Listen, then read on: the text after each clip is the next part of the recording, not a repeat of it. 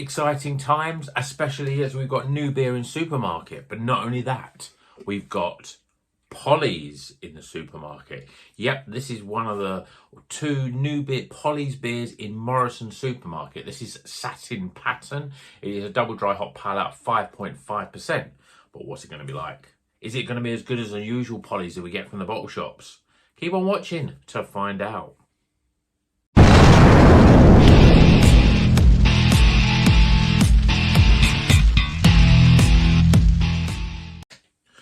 Welcome back to Rocker's Beer Review. Today we're reviewing a Polly's beer, but not just a normal Polly's beer, but a Polly's beer that was bought from a supermarket. Morrisons supermarket, £3.50.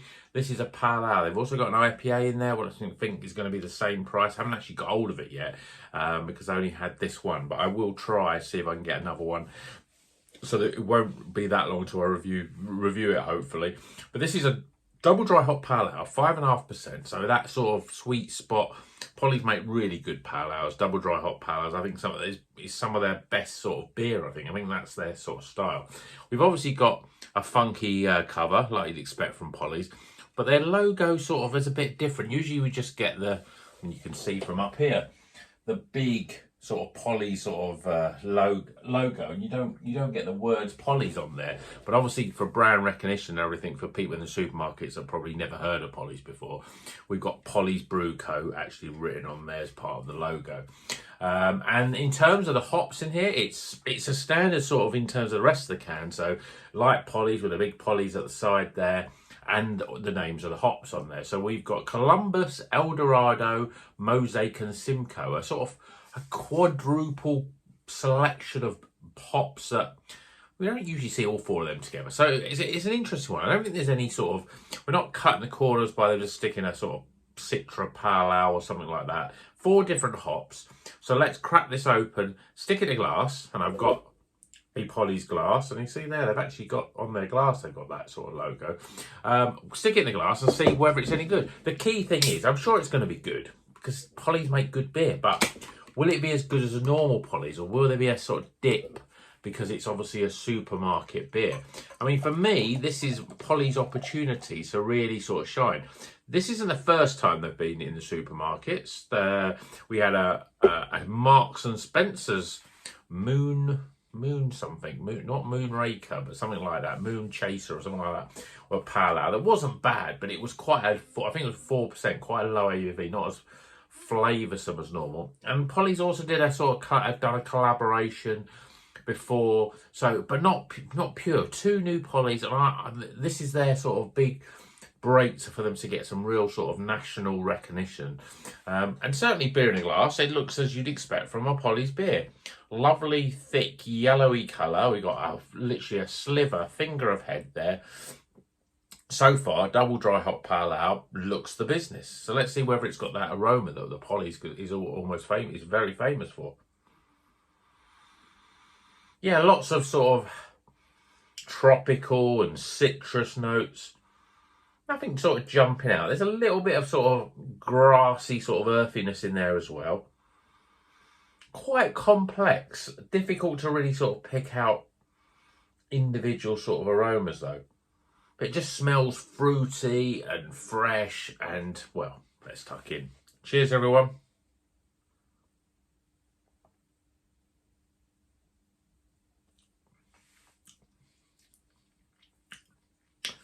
Flavour-wise, it's there. What lets it down, which is a very undistinctive Polly mouthfeel, is that it's really, really thin. I mean, obviously with a pale ale, whether it be double dry hopped or otherwise, you don't normally get them as, they're not as usually as thick as IPAs. But for Polly's, that's usually where they are, up there. Sometimes a pale ale from Polly's can be thicker than a lot of IPAs that I've had. But this, even though it looks pretty thick in the glass, the actual flavour, or the mouthfeel I should say, is quite thin. There's a little bit more carbonation than you normally would expect.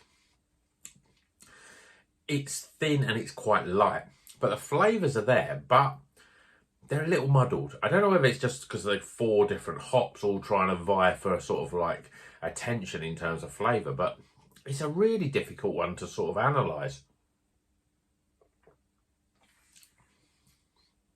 Grapefruit, definitely grapefruit, citrus, lemons, limes. Not huge amounts of tropical flavour. There's probably a smidgen of mango flavour, a smidgen of the papaya in there.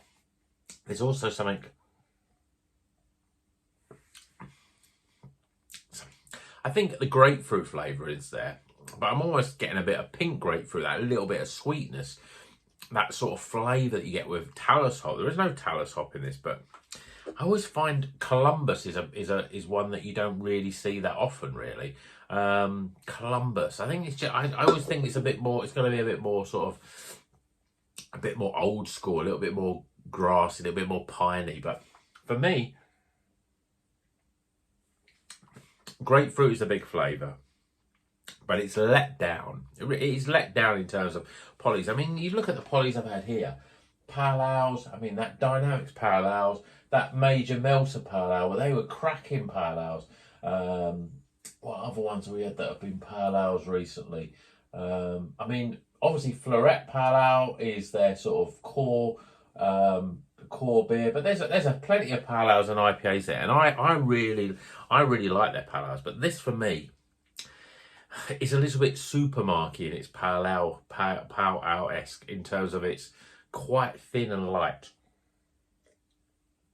It's not up there, so maybe that's where they've compromised a little bit. Maybe there's not the level. Maybe there's something to do with the yeast that they use, or maybe the although I can read that, the writing is really small, so I'm not sure whether it's got oats and that in there. But it does taste too thin, and it does sort of take the enjoyment out of the beer for me, especially when I know that Polly's can do better. So, summarising this video, this review, yes, Polly's beer in Morrisons is worth buying. I'm really interested to see if you've had it and what you think, especially if you followed follow my channel for a while and seen the Polly's that I review, and maybe you've drank quite a few of them as yourself.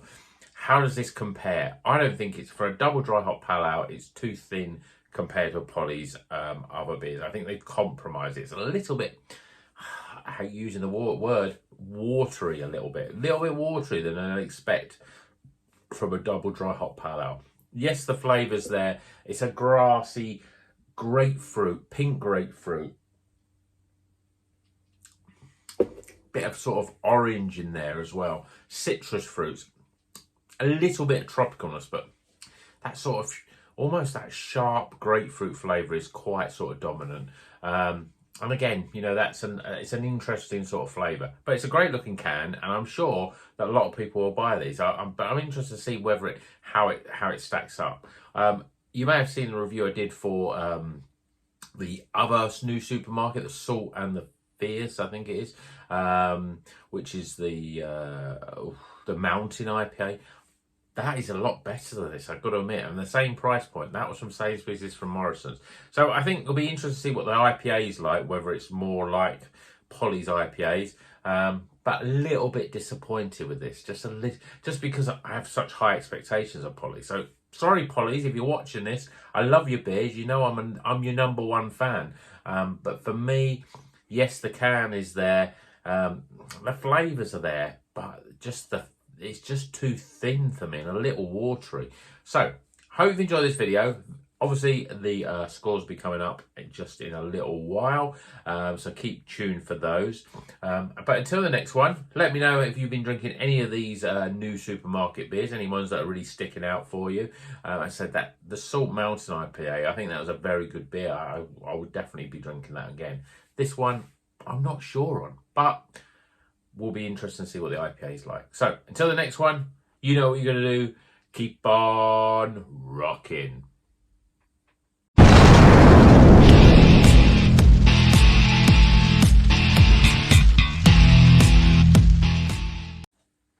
Okay, the scores are in for Satin Pattern, Polly's Brew Co. from North Wales in Mould. This is a 5.5% pale ale with Columbus, Eldorado, Mosaic and Simcoe hops in it. I don't think it's up to their normal sort of poly standards, but let's go through the scores. So starting with aroma. Appearance. Flavour. Value for money. And my overall experience.